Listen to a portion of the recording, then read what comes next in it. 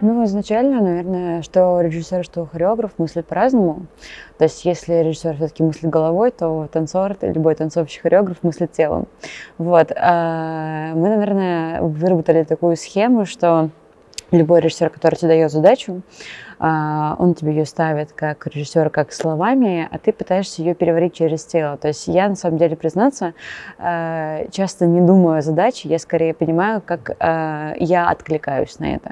То есть если я понимаю, что мое тело откликается, ну, условно, если мы говорим про какое-то либо движение, соло, какая-то постановочная работа, то как бы я, то есть как мое тело может себя повести при этом.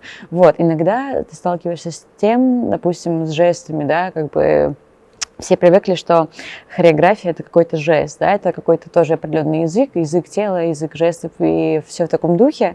И тоже очень важный момент, что ты иногда просто в какой-то момент делаешь какие-то, может быть, абстрактные вещи, а человек и зритель, а особенно режиссер, может считать какое-то что-то свое. Но если возвращаться к вопросу о том, как с этим работать, это работается, наверное, от такого, что ты берешь задачу, ты понимаешь задачу, но ты понимаешь, как тело действительно может в нем обходиться, как находиться.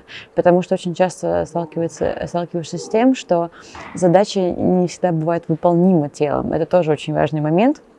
И тогда, наверное, все-таки, если мы понимаем, что это пластический спектакль, либо какая-то пластическая вставка, то тогда все-таки задача может немножечко подвинуться, и в основном как бы работает тело, и именно то, как тело может себя ощущать в рамках обстоятельств, даже не задачи.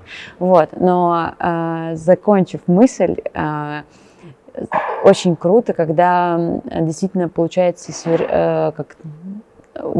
осуществить идею и задачу режиссера именно через какие-то... Я люблю очень какие-то мелочи, какие-то суперзнаковые, но минималистичные истории.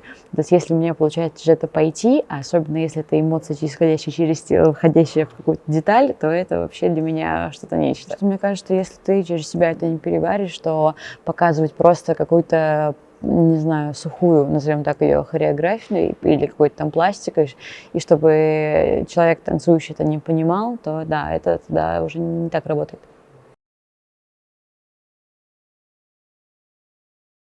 Это на самом деле вопрос, который в данном, мне кажется, времени и в данном развитии современного танца очень сложный, потому что очень часто сталкиваешься с тем, что зритель, приходя на пластический спектакль, уходит и не понимает. Очень часто и я видела сама своими глазами, и я участвовала в тех работах, когда зритель не понимает ничего. И тут, наверное, и хорошо, то есть если, чтобы прям понял, но не знаю, я, честно говоря, не люблю ориентироваться на то, чтобы меня поняли. Если меня поймет хотя бы один человек в зале, это круто. Спасибо ему, что он пришел. И если мы будем подстраиваться хореографы под каждого зрителя, то это будет уже не творчество, это не будет считываемо. То есть, наверное, просто время меняется, и хореография меняется, и жесты меняются. Даже если мне сейчас убрать звук, то я что-то, наверное, буду нести за этим. И я, когда ставлю свои работы, свои постановки, я понимаю, что это какое-то, не знаю, наверное, интуитивное движение, это можно назвать так. То есть если я вот так думаю, чувствую, то есть у меня было много раз ситуаций, это какой-то такой же перформативная история, что кажется, что должно понять. Ну, то есть мне кажется, что меня должны считать. Если не считали, ну, значит, как бы в другое время другой человек должен другое понять. То есть это, наверное, такой каждому зрителю свое, как по мне. То есть я даже когда ребят воспитываю, студентов, я не говорю то, что вас должны понять. Ну, понятно, есть какой-то определенный список, то, что мы все должны пройти, а дальше, как бы, ну, это уже творчество. Непонятно, но, значит, либо не доросли, либо мы слишком далеко ушли. Мне кажется, это как-то так. Потому что в целом современный, ну и вообще танец, как бы, да, изначально это какие-то истории, то есть это, не знаю, это очень интересный язык, которым очень хочется пользоваться, и я за то, чтобы вообще весь мир танцевал, потому что мы все умеем танцевать, и чтобы танец облетел вообще весь мир, и все захотели двигаться.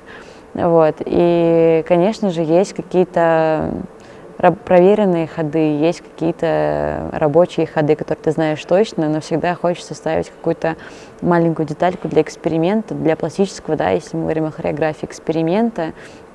Потому что очень часто, когда, допустим, я выхожу в соло, а я очень часто танцую соло, я понимаю, что мне даже никогда не хочется, это моя проблема, ставить на себя хореографию. Не потому что я не умею, а потому что мне хочется момента эксперимента, момента того, как я почувствую вайб зрителя, как я почувствую вайб вообще музыки. И, может, я вообще не ощущаю, я буду просто стоять, и мне будет классно. И как, наверное, так.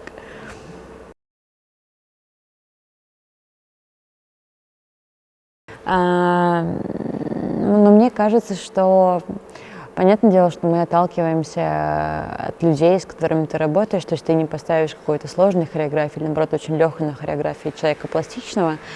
Вот. Есть просто изначально ты оцениваешь с помощью тренингов, упражнений какими-то, ты смотришь на то, какой потенциал может быть или какой потенциал уже есть. И, наверное, зависимо от этого, если ты там сразу понял, что какая-то бабушка, да, не может вытянуть сложные трюковые истории, то ты и не будешь ее загонять. Понятно? Это, опять же, зависит от времени. Если у тебя есть год, то как бы бабушка через год начнет вертеть сальтухи. Ну, то есть, как бы, действительно. Но, опять же, это сказки сказками, если бабушка не в прошлой жизни спортсменка.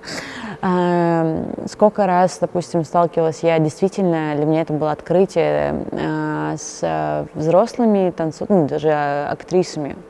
Это очень трепетная история, потому что, во-первых, люди старше тебя и опытнее тебя, ну, даже в силу возраста, не в силу хореографической, а просто в силу возраста.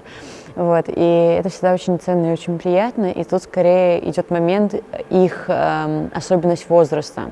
То есть, как бы чаще всего, опять же, на моей практике бабушка не будет играть юнца или кого-то еще.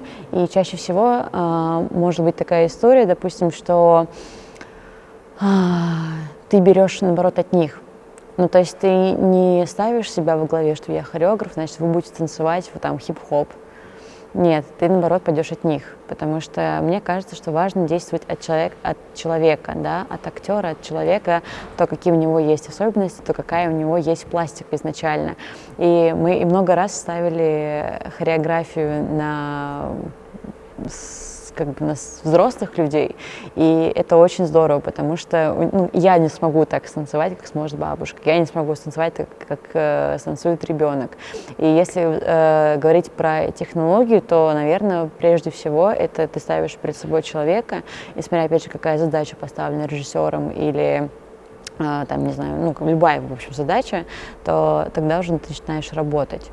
То есть я, наверное, если...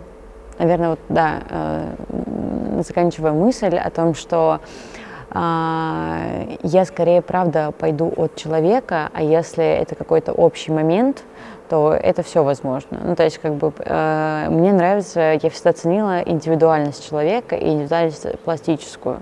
Наверное, вот как-то об этом. Потому что если ты приезжаешь в какую-нибудь, не знаю, труппу, где есть 15 бабушек и дедушек, и они все с детства танцуют хореографию, то это офигенно. То есть мы действительно, как бы, и я сама видела вживую такие работы, когда бабушки и дедушки просто танцуют в полную ногу.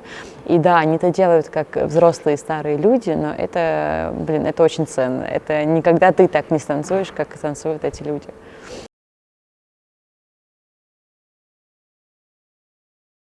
Начнем с того, что я занимаюсь экспериментальным танцем и хип-хоп культурой. То есть мне всегда очень сложно сочетать какие-то, это если вкратце о себе. Я занимаюсь очень давно экспериментальным танцем и видением, наверное, в современной какой-то хореографии, в современном мире. В то же время я являюсь хип-хоп тру танцор андеграунд. И всегда эти моменты очень сложно, но прекрасно соединяются вместе. Говорить про мои работы это либо какие-то батлы, либо это чемпионаты, где выезжают мои дети, мои студенты. В то же время сейчас у меня есть в Москве, это скорее видеоработы. Я часто работаю с какими-то исполнителями в клипах. Последний, наверное, ну это такой старый уже, правда. Это группа Палк, мы с ними снимали наверное, да, такое хореографическое видео. Я не помню, правда, как оно называется. Мне очень стыдно. Вот. Наверное, это какие-то более видеоработы. Было дело, мы работали с руки вверх.